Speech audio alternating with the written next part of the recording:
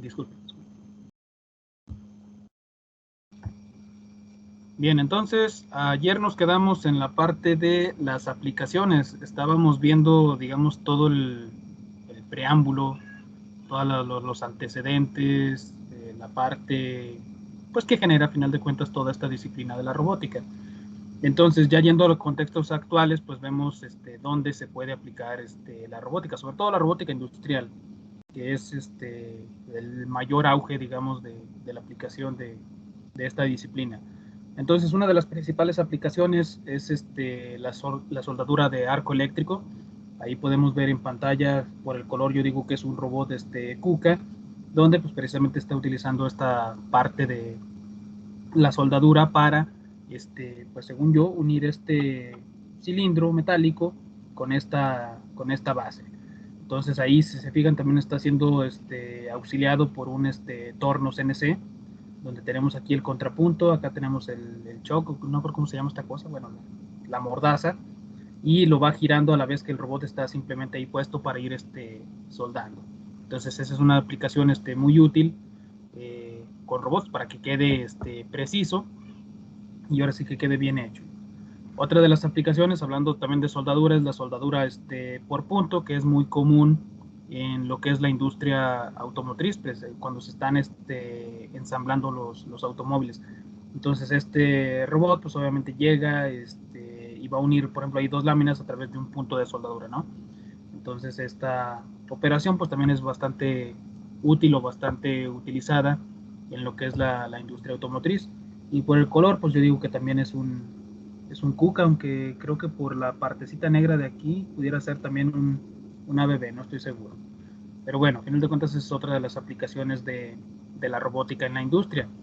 O bien ya pasando a partes más, digamos, más médicas o más de investigación, pues tenemos la manipulación de materiales pequeños, materiales delicados, donde pues la precisión, el control pues tiene que ser bastante elevado a fin de no maltratar pues los compuestos que por ahí anden manipulándose. Aquí vemos esto parece ser una industria farmacéutica, esto no sé si sean medicamentos, si sean muestras, si sean virus, bacterias, quién sabe qué serán, pero al parecer los está tomando de este recipiente donde algún tratamiento les hicieron y de ahí los está llevando para acomodarlos. O puede ser viceversa, que de aquí lo esté tomando para ponerlos en esta otra maquinita. Y sí estoy seguro, si se alcanza a ver la K y la U, entonces es un manipulador de la marca KUKA. Obviamente en cada una de estas tres aplicaciones que hemos visto, nótense que la herramienta pues es una herramienta especializada. Es decir, el manipulador, si digamos si ustedes los compraran ahorita o si lo pudiéramos comprar, pues nos venderían desde esta parte hasta la base, ¿no? Y eso sería todo. Ya la herramienta, pues ya nosotros tendríamos que buscarla por aparte, ¿no? Ahora sí que estos están como las Barbies, los accesorios se venden por separado. Entonces, pues esa es otra de las aplicaciones que es bastante utilizada con la robótica. Entonces, pasando, otra aplicación le nombran el plegado, que es básicamente tomar materiales a través de ventosas. Aquí podemos visualizar cuántas ventosas hay. Aquí está, al parecer, tomando una pieza de lámina por el color, y aquí las letritas rojas. Este es un robot, es un FANUC. Y lo que les comentaba, lo que es la parte pues de la herramienta, el herramental, pues obviamente que es diferente, ¿no? Incluso por allá en el fondo podemos visualizar otro manipulador, igual FANUC, con la misma herramienta, pero digamos en reposo, ¿no? Hasta cierto punto. Entonces, esta es otra aplicación donde se utiliza otra herramienta diferente, pero al final de cuentas la robótica tiene que ver ahí para realizar una tarea.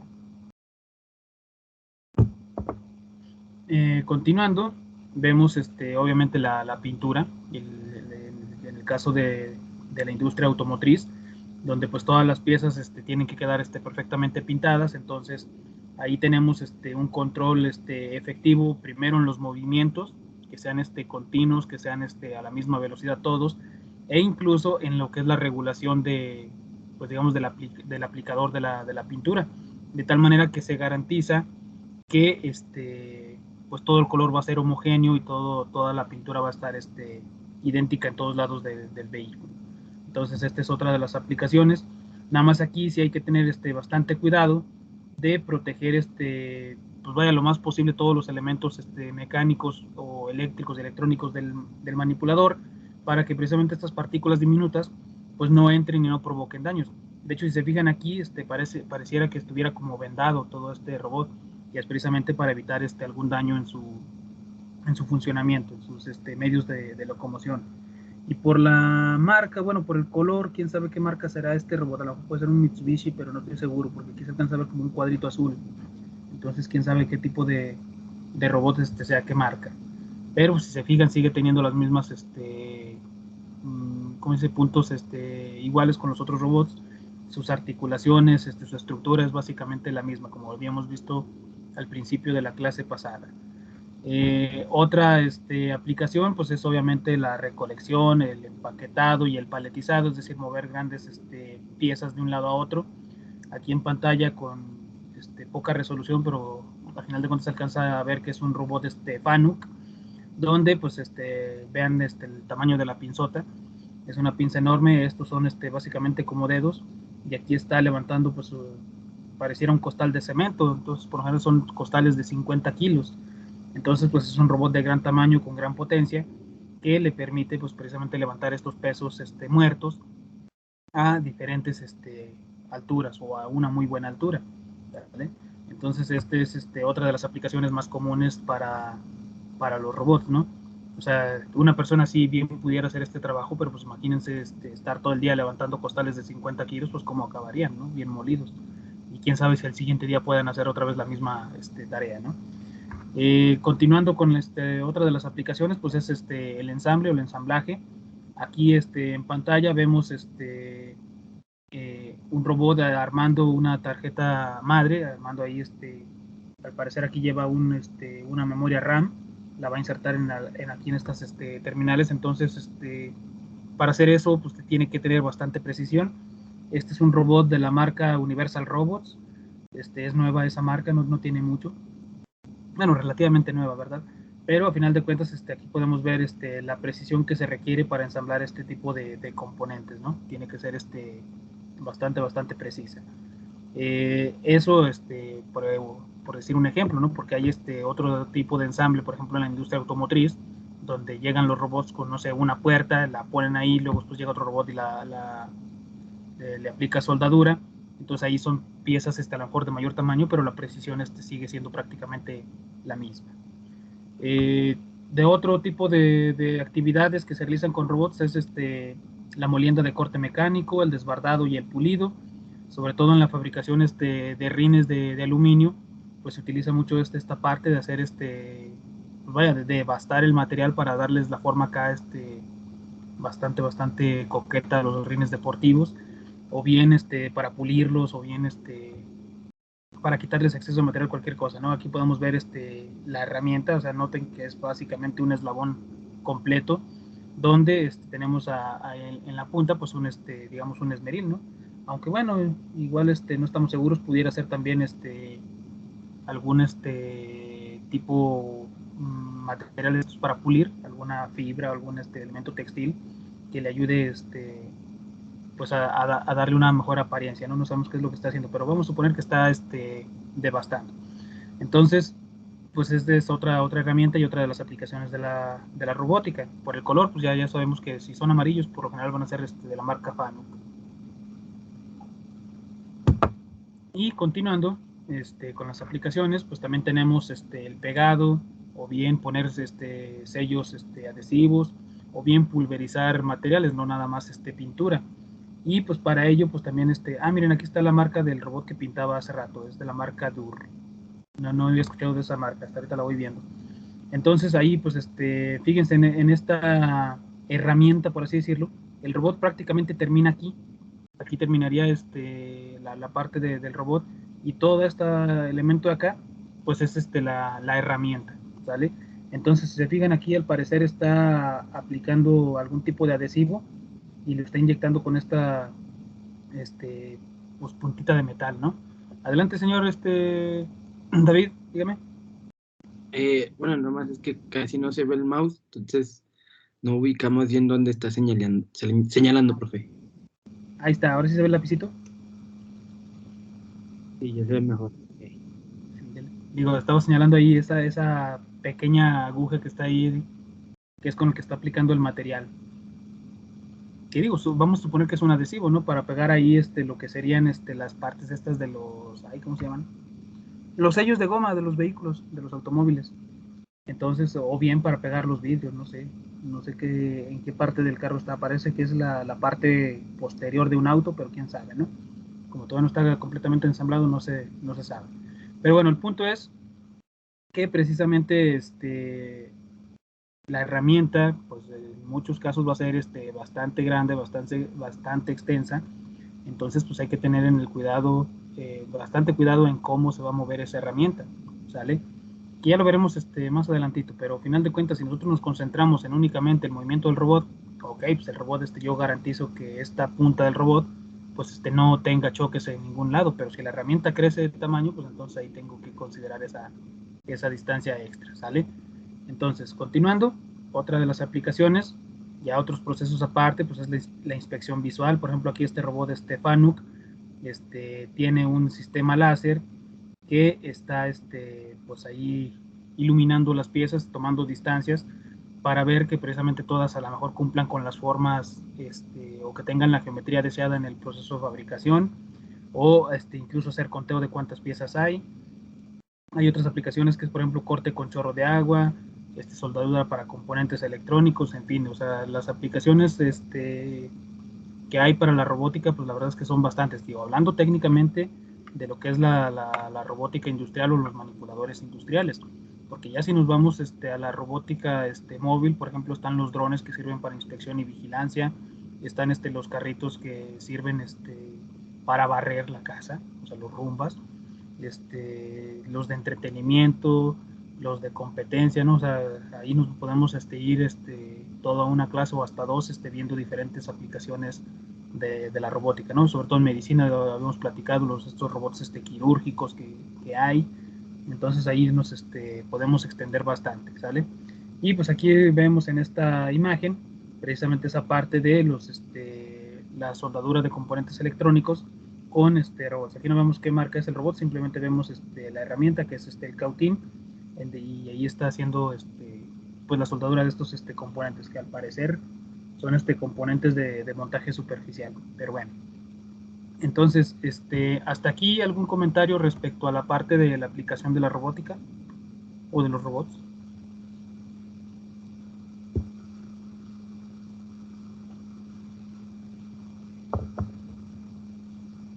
Profe, ¿vamos a ver algo relacionado con los nanorobots?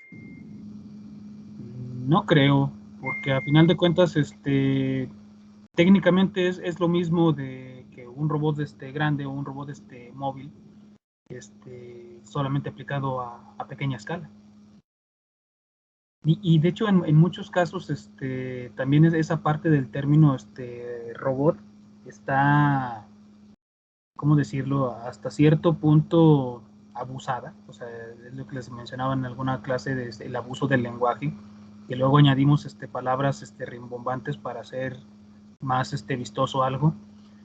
Por ejemplo, a quienes les gusten los deportes, no sé si habrán visto una noticia salvaje hace unos 2, 3 días que decían que para el Mundial de Fútbol iban a utilizar un robot para definir el fuera de lugar en los partidos de fútbol. Y entonces sí, o sea, dices la palabra robot, o sea, ¿cuál robot? O sea, al final de cuentas es nada más un sistema de monitoreo, ¿no? Pero ya le ponen la palabra robot y wow, ¿no? Ahí ya genera la expectativa y ya vamos a leer la nota, ¿no? A ver cómo es el robot, ya se imagina la gente, un humanoide ahí viendo a los jugadores, ¿no? Pero entonces les digo, o sea, muchas de esas palabras luego están, pues vaya, abusadas o usadas en desmedida. Entonces esa parte de la nanorobótica muchas veces realmente no son robots como tal, sino son pequeñas, pues vamos a decirlo, dispositivos que simplemente están haciendo alguna tarea en específico. No sé, por ejemplo, si dijéramos un nanorobot que monitorea la glucosa en la sangre y que está dentro del cuerpo, pues simplemente está haciendo eso. Es un sensorcito que está mandando una señal.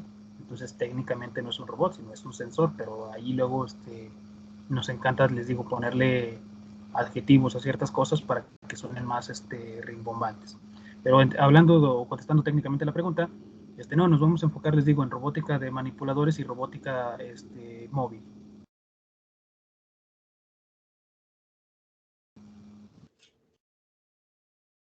Bien, entonces, hasta aquí le vamos a dejar con lo que son las aplicaciones. Les digo, hay bastantes, hay muchas más. Ya cada quien ahora sí que es conforme a su curiosidad, conforme a su tiempo también, pues pueden investigar ejemplos de estas aplicaciones que les estoy platicando, buscar videos en YouTube o bien buscar otro tipo de aplicaciones, ¿sale? Ahora vamos a pasar a la parte, pues la base matemática, ahora sí ya de lleno, para ver pues, las bases, vaya, a final de cuentas todo tiene que partir de la parte matemática, las matemáticas están en todos lados, entonces desde ahí vamos a comenzar para hacer los análisis o para, mejor dicho, comprender de mejor manera con otros ojos lo que es la robótica, ¿sale? Lo que les mencionaba la clase anterior, para que cuando ustedes vean una película de robots, digan, ay, no es cierto, eso no es posible, eso no se puede, o sea, ahí están rompiendo las leyes de la robótica, pero no las leyes que puso Asimov, sino las leyes de movimiento, pues. Entonces, lo primero que tenemos que ver en esta parte de fundamentos matemáticos son estructuras algebraicas. Les había comentado también en la clase anterior que por ahí echaran un clavado a sus clases de álgebra, porque a final de cuentas vamos a utilizar mucho el álgebra en lo que es la robótica. Entonces, las estructuras algebraicas son precisamente eso, estructuras que me permiten comprender o modelar el entorno, ¿sale? La primera que vamos a analizar es el espacio vectorial. En este caso, un espacio vectorial es un conjunto que no es vacío, que es decir, que no está hueco, que sí tiene cosas, y esas cosas, pues obviamente deben tener al menos una operación interna entre las cosas que van a vivir en ese espacio, que puede ser suma, la suma es la principal. Si puedo hacer yo una suma con dos elementos, entonces ya la hice, automáticamente puedo crear todo un espacio con esos elementos dentro de ese espacio. Esa es la operación interna, y también necesito una operación externa que se llama producto por un escalar. Entonces, ese producto escalar está definido entre el conjunto, que en este caso van a ser vectores, y otro conjunto externo, que son escalares, ¿sale? De tal forma que este espacio vectorial tendría, si lo pudiéramos visualizar de alguna manera, sería esto. Los vectores, a final de cuentas, los representamos con flechas que nos indican su dirección, y con pues una cierta longitud que nos indica su intensidad. Entonces, técnicamente, en este espacio vectorial tiene un origen, y a partir de únicamente dos vectores, yo puedo formar todos los demás, ¿sale? Yo solamente necesito dos vectores que se puedan sumar entre ellos y que se puedan multiplicar por un escalar, y con esas dos operaciones yo puedo llenar todo este espacio vectorial. Si estuviéramos hablando de un espacio en dos dimensiones, yo solamente necesito dos vectores. Necesito el vector en X, necesito el vector en y con esos yo puedo llenar toda la pantalla de color rojo, que son puros vectores, flechas rojas, y toda la pantalla se llenaría en rojo, ¿sale? Únicamente con estos dos y con esas dos operaciones. Entonces a esto nosotros le nombramos un espacio vectorial, ¿sale? Posteriormente, aparte del espacio vectorial, nosotros necesitamos conocer lo que es un campo vectorial, que no es lo mismo. El espacio vectorial se genera a partir de dos vectores, y solamente es esa la definición, ¿no? Voy a llenar un espacio con puros vectores. En el caso del campo vectorial, representa una distribución espacial de una magnitud vectorial, es decir, cómo se representa o cómo se distribuye en el espacio cierta variable, cierta fenómeno, no sé. Si por ejemplo, en esta imagen que tenemos aquí en pantalla, esto fuera un estanque de agua, y estas flechitas me indican los posibles movimientos de unos pescaditos allá dentro del estanque, entonces con este campo vectorial, nótese que cada una de estas flechitas tiene diferente intensidad y diferente sentido. Entonces, a final de cuentas, yo ahí puedo ver este campo vectorial hacia dónde tienden los pescaditos a moverse. De tal forma que si yo en algún momento veo que un pescadito anda en esta zona, perdón, pues entonces ese campo vectorial me indica que el pescadito tiende o tiene una tendencia a moverse en esta dirección, porque todas las flechitas apuntan hacia ahí. Entonces estos campos vectoriales son muy útiles porque a final de cuentas nos permiten conocer el comportamiento de las corrientes marinas, ese es un ejemplo, el movimiento de las corrientes de aire, ese es otro ejemplo, pero cualquier magnitud vectorial se puede representar a través de precisamente un campo vectorial. Entonces, esta es una expresión de cálculo vectorial que asocia un vector a un punto de un espacio euclidiano, que es esto que tenemos ahí en la imagen. En física, pues les digo, son muy utilizados, por ejemplo, para representar la velocidad y la dirección de un fluido, lo que les decía, el aire o las corrientes de agua, ¿sale? A la vez, la intensidad o la dirección de fuerzas, como por ejemplo puede ser la fuerza de gravitación, la fuerza de gravedad, perdón, o bien la fuerza electromagnética, que eso lo hemos visto bastante precisamente en teoría electromagnética, de cómo están las líneas de flujo magnético, ¿sale? Según la intensidad de ese flujo, las líneas van a caminar en este sentido. Entonces eso básicamente es un campo vectorial, ¿sale? ¿Hasta aquí hay alguna duda con lo que es el espacio vectorial y lo que es un campo vectorial?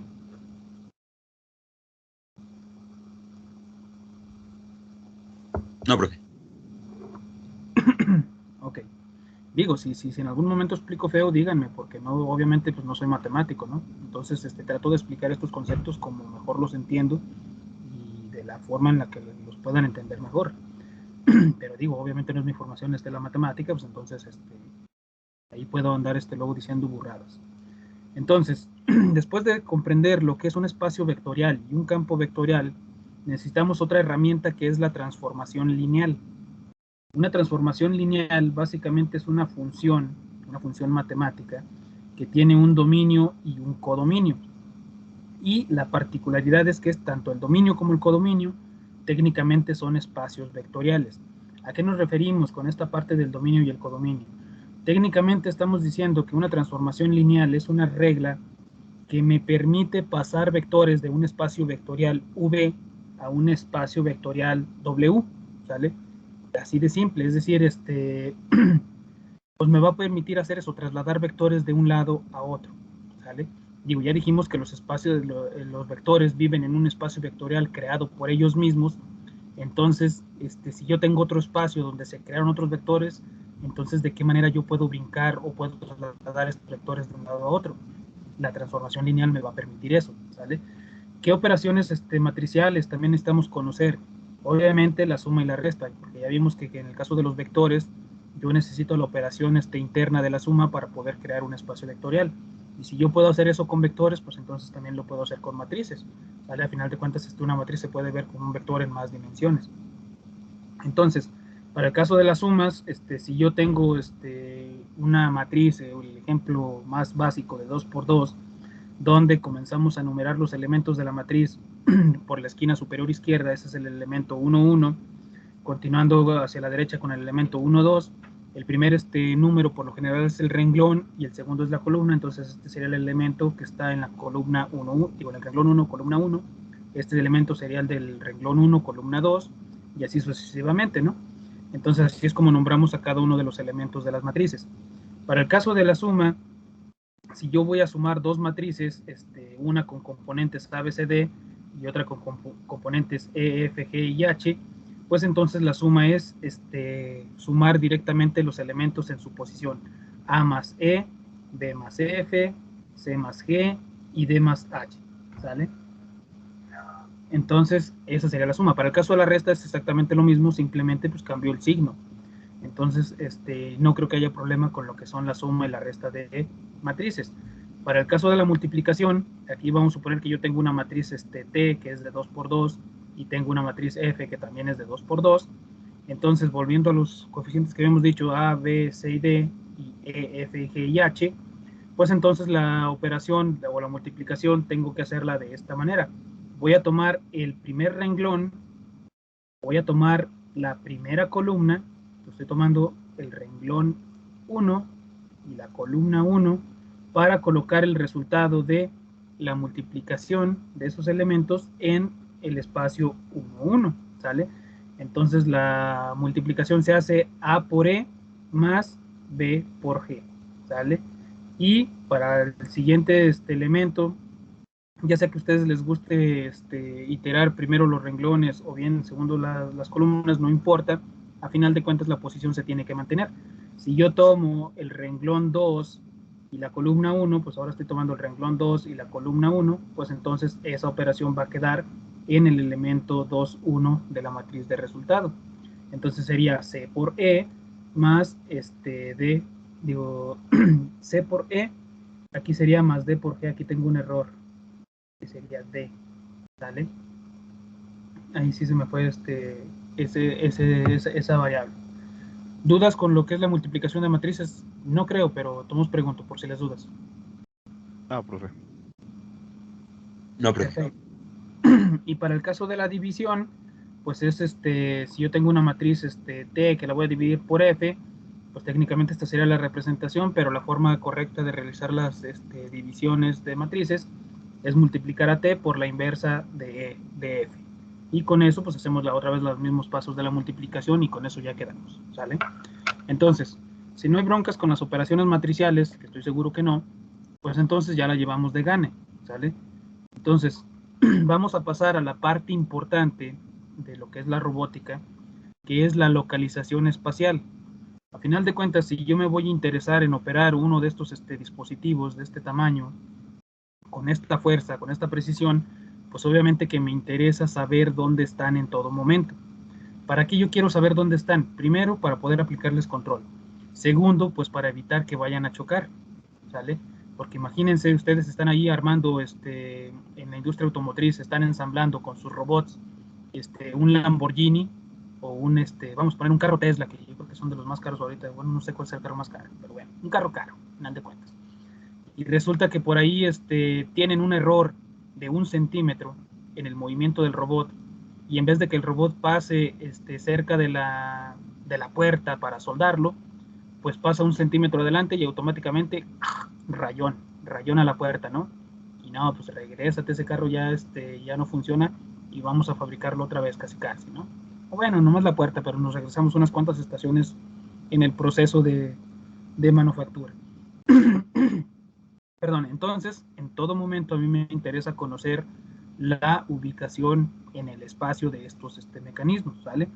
Entonces, para eso, yo tengo que utilizar sistemas de referencia, es decir, sistemas que me permitan conocer en cuestión de coordenadas dónde está cada parte del robot, porque no nada más yo puedo chocar con otros objetos con el efector final o con la herramienta.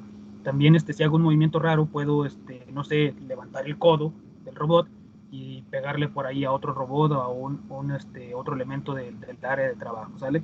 Entonces, a final de cuentas, para eso vamos a utilizar sistemas cartesianos o sistemas de referencia, los clásicos que hemos visto yo creo que desde hace mucho tiempo, pero que son sistemitas. Es más, déjenme ver si puedo utilizar los colores de una vez, para ir estableciendo ciertas normas.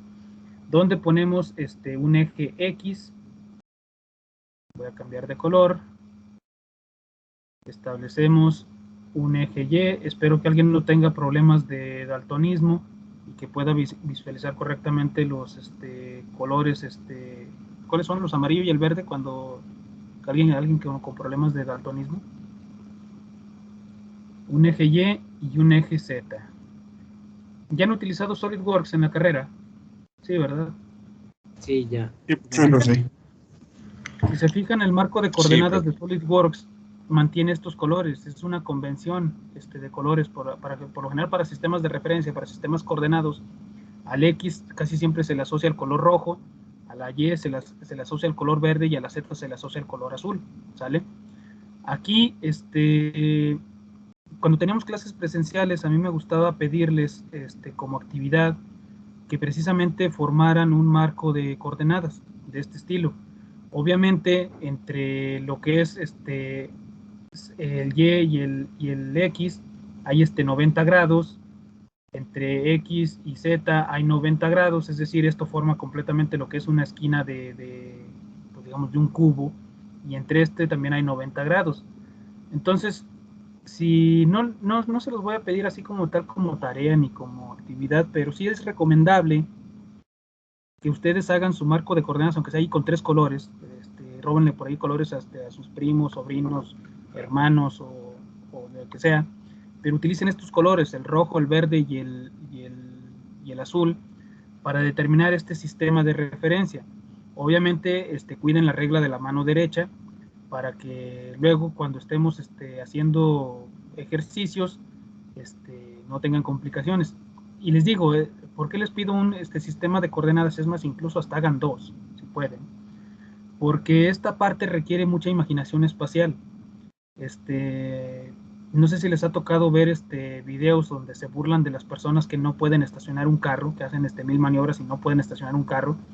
O sea, en el momento se ve gracioso y dices, ay, ¿cómo puede ser que no pueda estacionar un carro?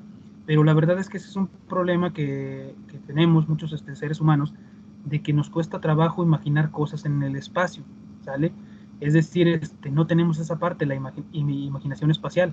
Entonces, al no tener esa parte desarrollada o de claro no tenerla, les recomiendo que hagan esto, hagan sus sistemas de extrogiro, así también se les conoce, sistemas de extrogiro, o sistemas de referencia con pues físicamente, ya sea con colores o palitos de madera, pero nada más píntenlos con sus respectivos colores, ¿sale?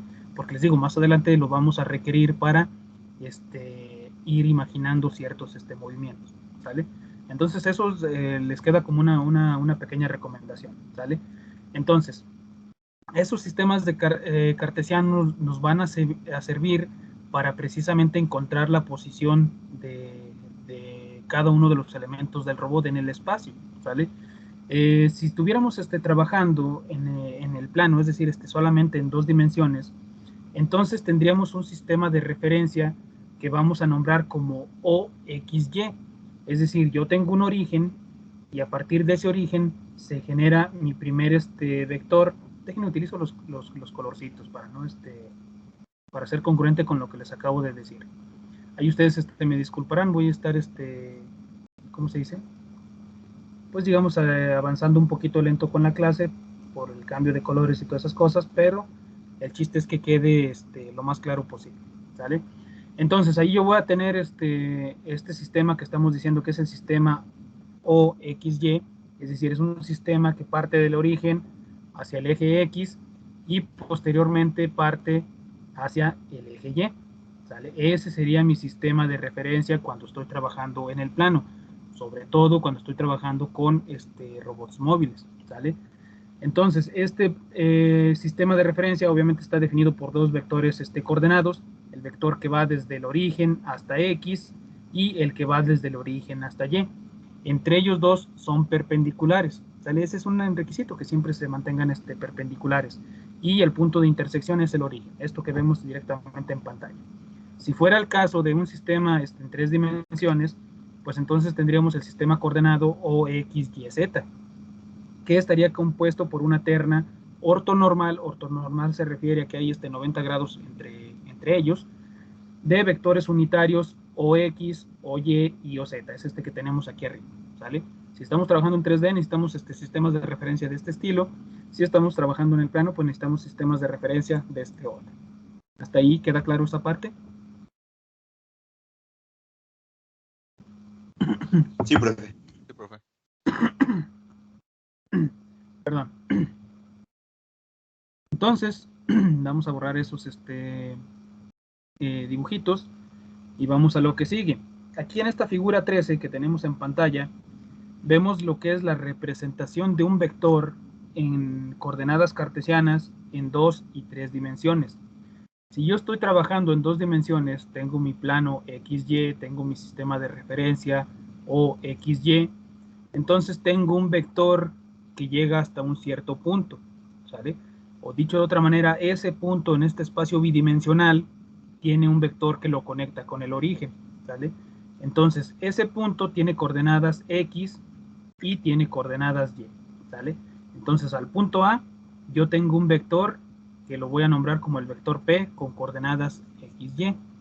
Si ese mismo vector yo lo tengo en el espacio tridimensional, aquí recorté la imagen fea, de mala manera, voy a borrar todos esos garabatos, y aquí debería ir una Z, ahí disculpen, ahí recorté de más la imagen.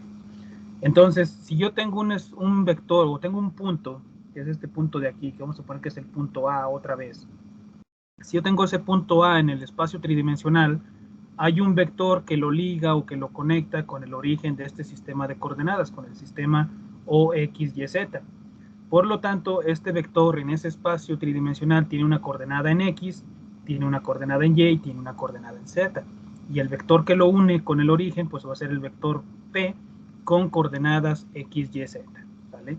Entonces, hablando precisamente de coordenadas cartesianas, lo que les menciono, un punto expresado en cualquiera de estos dos planos, pues va a tener, digo, de estos dos sistemas, pues va a tener sus respectivas componentes.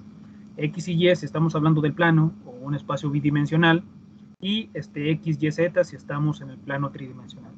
Creo que con eso tampoco hay muchos problemas, ¿no? A final de cuentas, en geometría y esas clases de ese estilo, pues creo que no son tan complicadas. Sí se entiende esa parte, ¿no? Sí, profe. Sí. Bien. Digo, ahorita estamos en meramente coordenadas, ¿eh? Esto es para coordenadas cartesianas, pero también tenemos coordenadas polares y cilíndricas.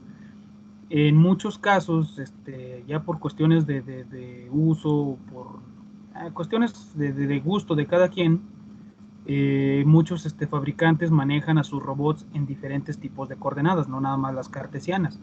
La norma es que se manejen en cartesianas, pero al final de cuentas no falta quien diga, pues yo lo voy a manejar en polares, no importa, o lo voy a manejar en cilíndricas. Pero bueno, en el caso de, si estamos trabajando con un sistema bidimensional, es decir, un plano, también es posible caracterizar la localización de un punto o de un vector P respecto a un sistema de ejes cartesianos de referencia o XY.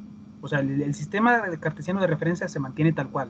Ese va a ser o XY siempre, o XYZ, según el caso. Pero las coordenadas con las que yo voy a medir ese punto o con las que lo voy a caracterizar sí pueden cambiar, ¿sale? Entonces, en este caso se pueden utilizar coordenadas polares. Es decir, ese punto A que tiene un vector P asociado, yo lo puedo caracterizar con un cierto radio y un cierto ángulo, ¿vale? Es decir, en esa representación R representa la distancia desde el origen O hasta del sistema hasta el extremo del vector P, es decir, la longitud. Y θ es el ángulo que formaría ese vector respecto con el eje OX, ¿vale? Entonces así es como yo representaría dónde está ubicado ese punto en términos de coordenadas polares. En el caso de que estuviéramos trabajando con 3 dimensiones, pues entonces ese punto que está en el sistema de referencia OXYZ, ese se mantiene, se puede expresar mediante las coordenadas cilíndricas R, θ y Z. Los componentes R y θ son los mismos que dijimos hace rato, y la coordenada Z pues representa simplemente la altura o bien la proyección que tendría ese punto respecto al eje OZ, ¿vale? Es decir, técnicamente en esta figura vemos una representación de este mismo punto en coordenadas polares, donde yo digo cuál es el radio de este vector y cuál es el ángulo respecto a X. En el caso de coordenadas cilíndricas, es lo mismo en el plano XY, yo represento el ángulo respecto al eje OX, el radio que tendría en ese plano, y posteriormente Z, la elevación o la proyección que tendría en este eje Z, ¿vale? Y esas serían la forma en la que yo puedo representar el mismo punto que representé hace rato en coordenadas cartesianas, pero ahora lo estoy representando en coordenadas polares para 2 dimensiones y en coordenadas cilíndricas para 3 dimensiones. ¿Vamos bien hasta ahí?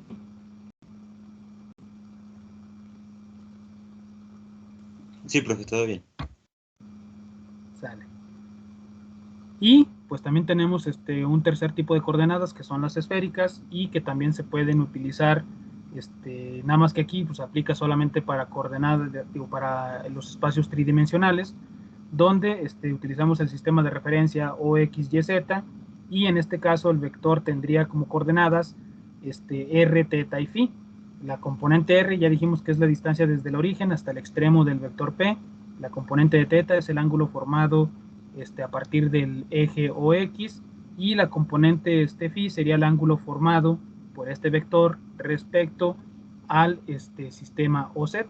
Es decir, sería esta misma representación. O sea, es el mismo punto, pero simplemente lo estamos describiendo desde diferentes, digamos, puntos de vista, con diferentes sistemas de coordenadas. Entonces, ahí estaría R, este sería el ángulo θ respecto a OX, y este sería el ángulo φ respecto al eje OZ, ¿sale? Entonces, si ya nosotros conocemos esas representaciones, si nosotros sabemos cómo puedo describir cualquier punto en términos de un sistema coordenado, de un sistema de referencia, entonces ahora viene la parte interesante. Esos sistemas de referencia, porque yo voy a utilizar varios en esta parte de robótica, de alguna manera guardan una relación entre ellos, ¿sale? Es decir, de un sistema de referencia, ¿cómo puedo pasar a otro sistema de referencia? ¿Sale? Digo, porque ahorita vimos simplemente cómo representar un punto en un sistema de referencia, ¿sale? No sé si les ha tocado ver por allí una imagen, de esas imágenes que luego las ponen estilo reflexivas y todo ese asunto, ¿no? Donde voy a grafitear aquí encima de este objeto, donde está un cilindro en 3 dimensiones, todo chueco, pero bueno, es un cilindro en 3 dimensiones, ¿sale? Y entonces está una persona desde aquí viendo ese cilindro, y él dice, es que esto es un círculo, ¿sale? Porque él lo está viendo en esta dirección, ¿sale? Y luego está otra persona por acá viendo este mismo objeto y dice, no, es que este es un cuadrado, porque él solamente alcanza a ver la parte lateral, ¿no? Entonces, técnicamente, pues los dos tienen razón, ¿no? Porque al final de cuentas, pues depende de dónde se observe, ¿sale? Entonces, ¿por qué les platico esto? Porque al final de cuentas yo puedo tener un sistema de referencia aquí, y puedo tener un punto en esta parte, pero luego puedo tener un punto de referencia, digo, un sistema de referencia acá, y este punto también lo puedo visualizar a partir de este sistema de referencia, ¿sale? Entonces un mismo punto puede ser observado, puede ser visto desde diferentes sistemas de referencia, y eso es lo que nos importa en esta parte ¿cómo se dice? De lo que vamos platicando. Entonces, para eso existe algo que se conoce como matrices de rotación. Estas matrices de rotación son el método más extendido para la descripción de las orientaciones. Nosotros platicábamos, creo que hace rato, la clase pasada, no creo si era la otra clase, pero a final de cuentas a nosotros nos interesa que ese robot esté en un punto en el espacio y con una orientación en específico, ¿sale? Es decir, no solamente me importa que llegues a la coordenada 2x, y, z, digo, la coordenada que sea, pero también me interesa que llegues por arriba, por abajo, por un lado, por el otro, o por enfrente o por atrás, ¿sale? A final de cuentas, eso nos interesa también en esta parte de robótica. Entonces, precisamente estas matrices de rotación permiten eso, explicar o describir cómo son las orientaciones de un objeto respecto a un sistema de referencia, ¿sale? Ahora, por otro lado, pues proporcionan comodidad o una facilidad de análisis debido precisamente a la álgebra matricial. Si yo tengo una matriz, pues puedo hacer las operaciones que ya vimos anteriormente con matrices. Supongamos, vamos a hacer esta suposición. Tenemos un plano, vamos a trabajar primero con lo más básico, un sistema bidimensional. Entonces, yo tengo un sistema de referencia, mejor dicho, tengo dos sistemas de referencia, un sistema OXY y un sistema OUV, ¿sale? Que tienen ambos el mismo origen, o sea, están superpuestos uno sobre el otro, ¿sale? Se fijan, aquí tengo mi sistema OXY y tengo mi sistema OU y V, y están uno encima del otro, ¿sale? Entonces, el sistema OXY es mi sistema de referencia, va a estar fijo, y el sistema OU y V es móvil, ¿sale? Este se puede mover, este puede cambiar, y este sistema OV está fijo o está pegado a este objeto que tenemos aquí. Vamos, porque a esta piedra, porque tiene como una forma de piedra, ¿no? Entonces, la referencia, mi mundo, desde donde yo parto a hacer el análisis, donde yo parto todas mis observaciones, es el sistema OXY, ¿sale? Ahí en el mundo yo tengo un objeto, que es esta piedra, y esta piedra yo le puse un sistema de referencia que es el OUV, ¿sale? Entonces, si en algún momento esta piedra cambia de posición o cambia de orientación técnicamente, porque ahorita no está cambiando de posición, simplemente se da una vuelta, el sistema de referencia, el sistema solidario a esta piedra, el sistema O, U y V, cambia de posición, ¿sale? Se movió respecto a mi sistema fijo, si lo alcanzan a visualizar. Y ahí tengo esta parte de aquí, esta alfa, que me dice qué tantos grados se movió, ¿sale? Entonces esta piedra giró, ¿sale? ¿Hasta ahí vamos bien? Sí, profe. Sí. Ok. Entonces, regresando un poquito, podemos visualizar, para que se nos facilite el análisis, que hay vectores unitarios en estos sistemas de referencia. Tenemos el vector unitario X, tenemos el vector unitario JY, tenemos el vector unitario JV y el vector unitario IU. ¿Vale? Son los vectores unitarios. Acuérdense que los I's son para las X o para los ejes de las ordenadas, me parece, y los J son para los ejes de las coordenadas. Según recuerdo que así se llaman los ejes, pero bueno. Al final de cuentas, J con Y e I con X, ¿sale? Entonces, estos vectores unitarios en los ejes de coordenadas del sistema OXY, los vamos a nombrar como IX y JY, y los de los vectores unitarios del sistema OUV los vamos a nombrar como IU y JV, ¿sale? De tal forma que un vector P, vamos a seguir con este vector P, del plano lo podemos representar de esta manera. Este vector P tiene un punto en U que se multiplica por el vector unitario IU, y también tiene una componente PV que se multiplica por el vector unitario JV, ¿sale? De tal forma que ese vector P yo lo puedo ver a través también de mi sistema de referencia OXY, que era lo que les platicaba hace rato. Ahorita aquí lo estoy describiendo este vector P como si lo estuviera viendo a partir del sistema OUV, ¿sale? Pero también lo puedo expresar en términos de mi otro sistema de referencia fijo, y va a tener una componente PX, que va a ser el vector unitario en X multiplicado por todo este vector P, y va a tener una componente en Y que va a ser multiplicada, este vector P, multiplicado por el vector unitario JV, ¿sale? Así lo puedo encontrar a qué va a equivaler ese vector en términos de mi sistema de referencia fijo, ¿sale? De tal forma que si yo hago sustitución de las dos ecuaciones anteriores, yo voy a tener que mi coordenada en X y mi coordenada Y van a ser igual a una matriz R que se multiplique por la coordenada expresada en U y la coordenada expresada en V, ¿sale? Donde esta matriz R técnicamente son las multiplicaciones cruzadas de todos los vectores unitarios, ¿sale? A lo mejor ahorita esto les cuesta trabajo visualizarlo, no pasa nada, simplemente es la base matemática, ¿sale? No es tampoco necesario que se lo aprendan ni nada de eso. Esta matriz R se le nombra una matriz de rotación, y básicamente me está definiendo la orientación del sistema OUV respecto del sistema fijo OXY, ¿sale?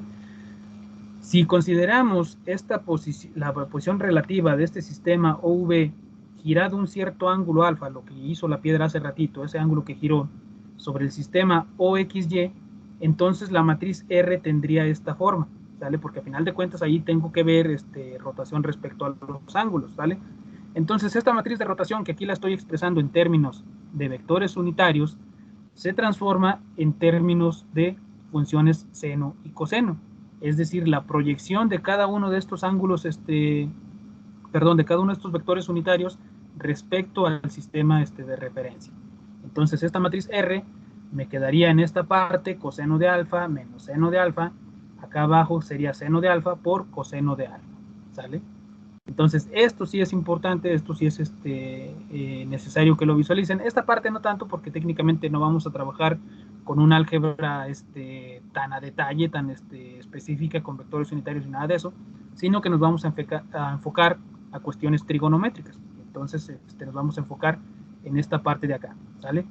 Entonces esto es lo bueno, ¿sale? Esta parte de aquí, los senos y los cosenos. Eso va a ser lo que nos va a interesar, ¿vale? Entonces, continuando con este ejemplo, mejor dicho, vamos a hacer un ejemplo más, vamos a suponer que tenemos un sistema de referencia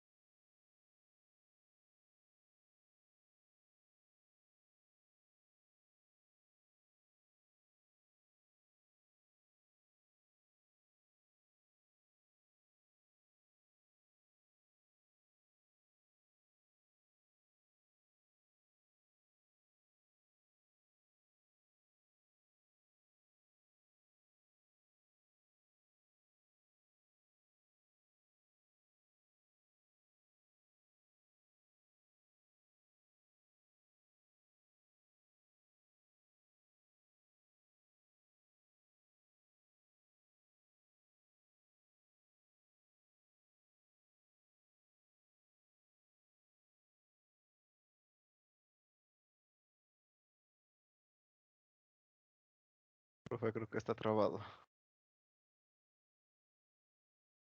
Sí, creo que sí se trabó o se desconectó. Se desconectó. Otra clase libre. Pues a mimir, ¿no? Fue a pistear. No jalas. Nah, pues que también llegas por mí bien pinche. Se te hace de agua.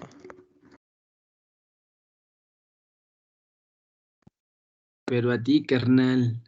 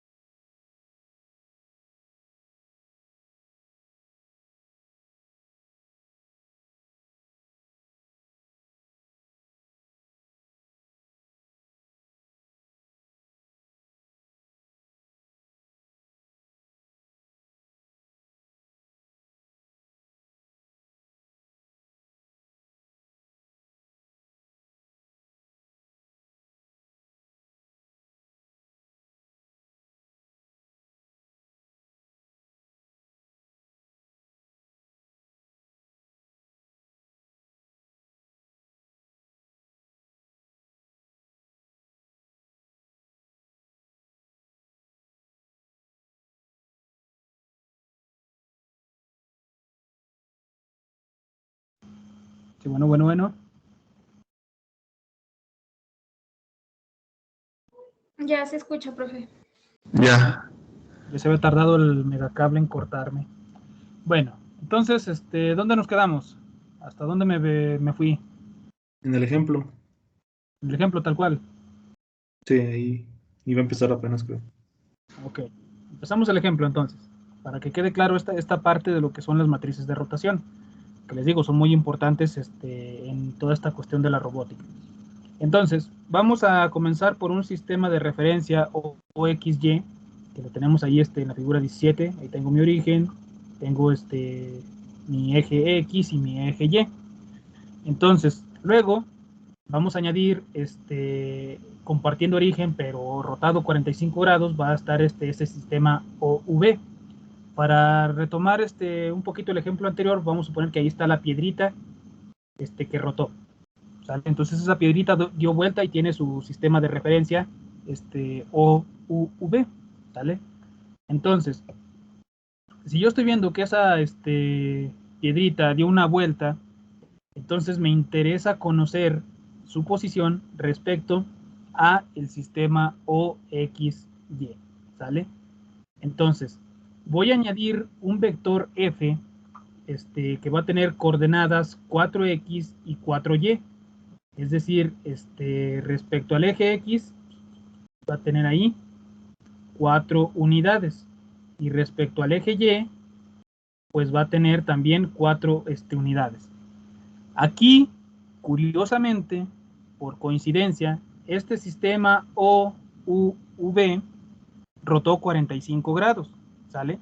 Entonces, si yo pongo un vector a la misma distancia, tanto en X como en Y, pues ahí coincide que este vector F está a lo largo del eje OU, ¿sale? Entonces, este punto F tiene coordenadas 4X y 4Y, ¿sale?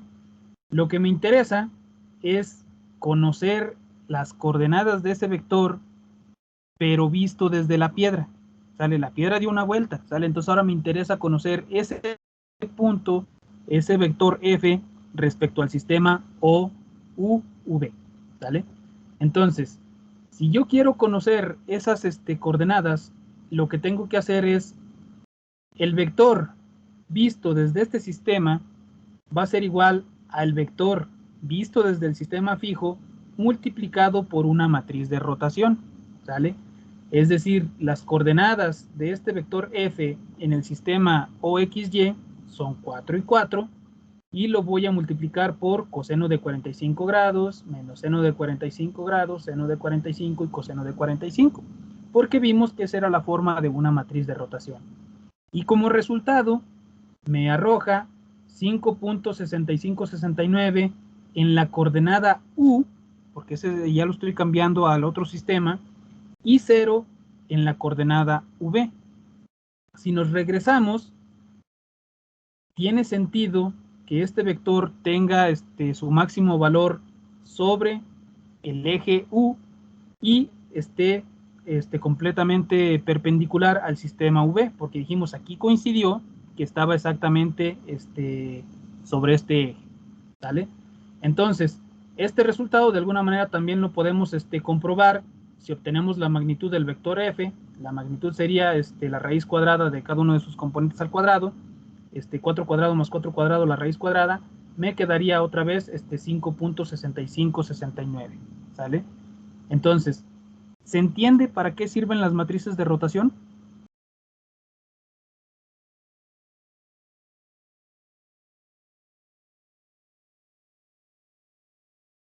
Sí, profe.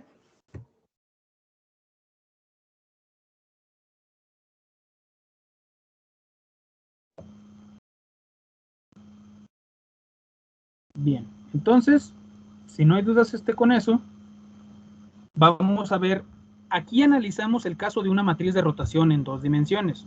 Obviamente a nosotros nos interesa conocer el espacio tridimensional porque pues ahí es donde van a estar trabajando los robots, ¿vale?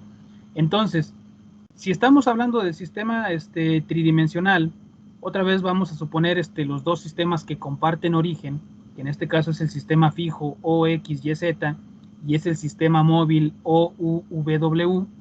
Entonces, si el sistema móvil tuviera un giro únicamente alrededor del eje X, nótese cómo se están moviendo un cierto ángulo, se despegan los ejes OV y el eje OW, ¿sale?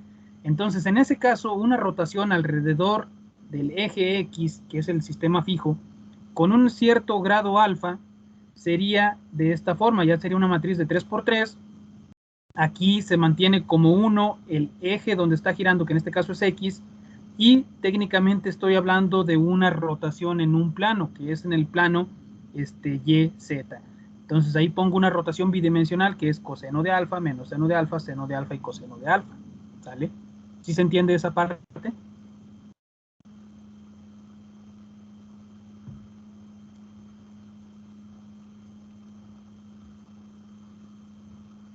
Sí, profe. ¿Sale? Gracias. Entonces, esa sería una rotación en X, ¿sale? Si yo tuviera ahora una rotación en Y, es decir, V se mantiene pegado con Y, entonces ahora la rotación sería en el plano XZ. Ahora los ejes que se estarían moviendo del sistema móvil serían el eje U y el eje W. Por lo tanto, ahora el 1 se mantiene fijo en el eje Y, pero ahora los signos de los senos cambian. Ahora sería coseno de phi, bueno, porque estamos hablando que es una rotación phi, coseno de phi, 0, seno de phi, menos seno de phi, y hasta acá el coseno de phi. Esta sería la forma tridimensional de una rotación puramente sobre el eje Y, ¿sale?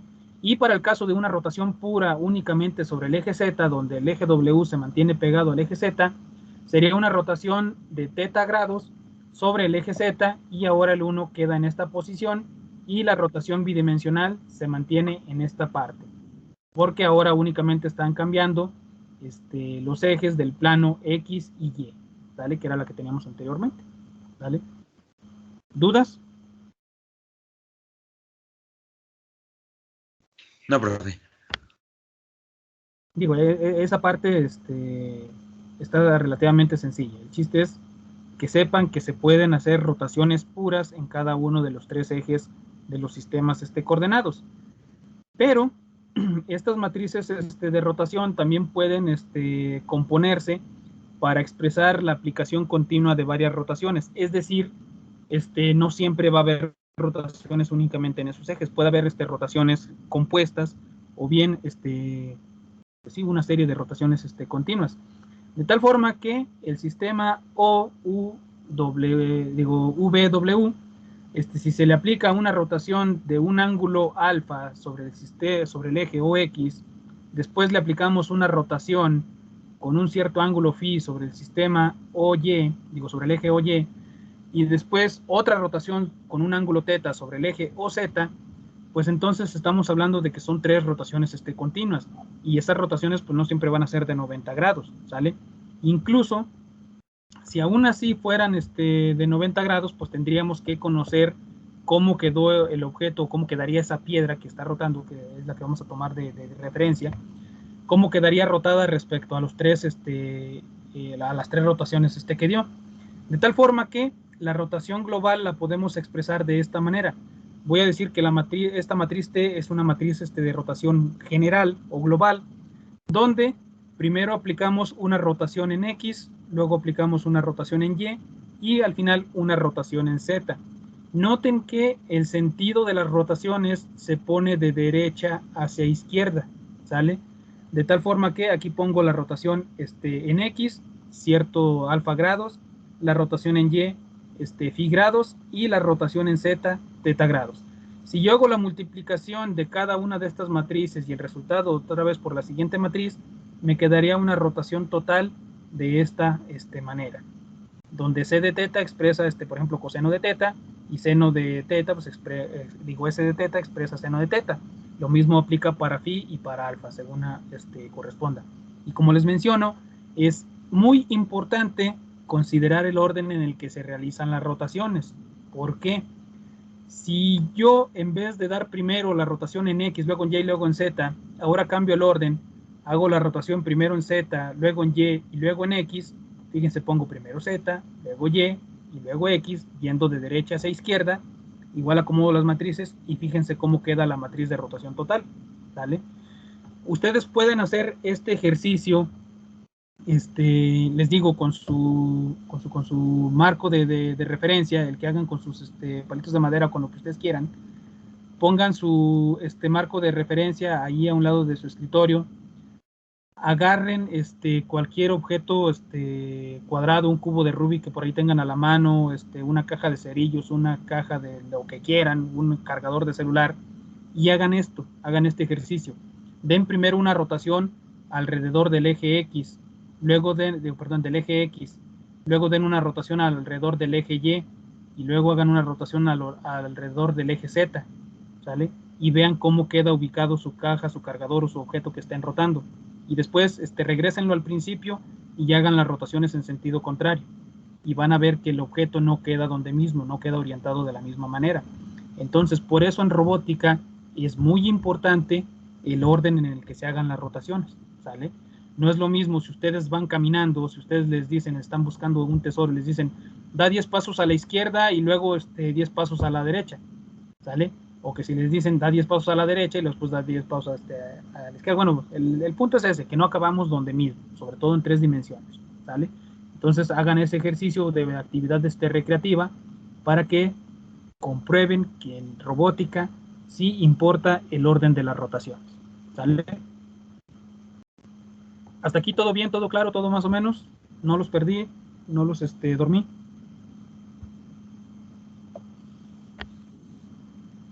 No, profe, todo bien.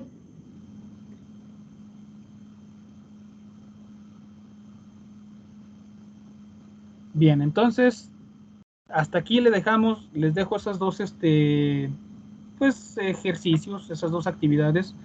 Formen al menos uno, si pueden dos, pues dos mejor. Dos sistemas de referencia, dos sistemas de coordenadas, X, Y, Z. Si pueden ponerle los mismos colores que hemos dicho, rojo para X, verde para Y, azul para Z, y hagan esta parte de hacer las rotaciones en diferente orden para que corroboren, verifiquen que el orden de las rotaciones importa en robótica. Si ya queda claro esta parte de las matrices de rotación, entonces podemos dar paso a la siguiente, una rayita más en el nivel de dificultad de este análisis, que serían las transformaciones de homogéneas, donde aparte de rotaciones ahora vamos a involucrar desplazamientos, es decir, ahora los marcos móviles también se pueden desplazar de tal forma que los orígenes se separen. Hasta ahorita hemos estado jugando con que los orígenes están fijos uno con el otro, y pues este marco móvil respecto al marco fijo, pues simplemente están girando de algún modo, ¿no? Entonces esto, créanme, si entienden todo lo que es esta parte de la rotación, pues ya la llevan bastante de gane para lo que son las transformaciones homogéneas. Pero esto les digo para no saturarlos, y aparte ya se va a acabar la hora de clase, pues mejor lo vemos el siguiente jueves, ¿sale? Bueno, profe, estoy llevando Dígame. yo los apuntes de forma digital, nomás que no alcancé a anotar lo de la diapositiva 54. Ah, no se preocupe, allí en el Teams tengo la presentación. Ah, ahí la subió. Sí, déjenme, les digo dónde está. Espérenme, que el internet anda bien pirata. Este es el canal, y aquí en archivos, digo, según yo, pues, falta que no la haya subido yo diciéndoles. Material de la clase y... ¿qué pues? No la he subido, ¿verdad? Que les dije. Ahorita subo la presentación, la pongo ahí en los archivos para que no se preocupen por la... No, sí, ahí están, perdón, no se había actualizado esta cosa. Sí, ahí están las diapositivas, entonces ahí las pueden descargar en el momento que ustedes quieran, o las pueden consultar cuando ustedes lo requieran. Gracias, que no los había visto. Sí, no se preocupe, no pasa nada. ¿Sale? Entonces, hasta aquí le dejamos. Cualquier cosa, inquietud, comentario, duda, estoy a sus órdenes, correo, Teams y WhatsApp. Les deseo buena tarde, les agradezco su asistencia, su participación, su atención, y nos vemos el jueves que sigue. Cuídense mucho y que tengan buen fin de semana. Dale, profe, nos vemos. Gracias. Dale, profe, muchas gracias. Gracias, profe. Gracias. Gracias. Dale, pórtense bien.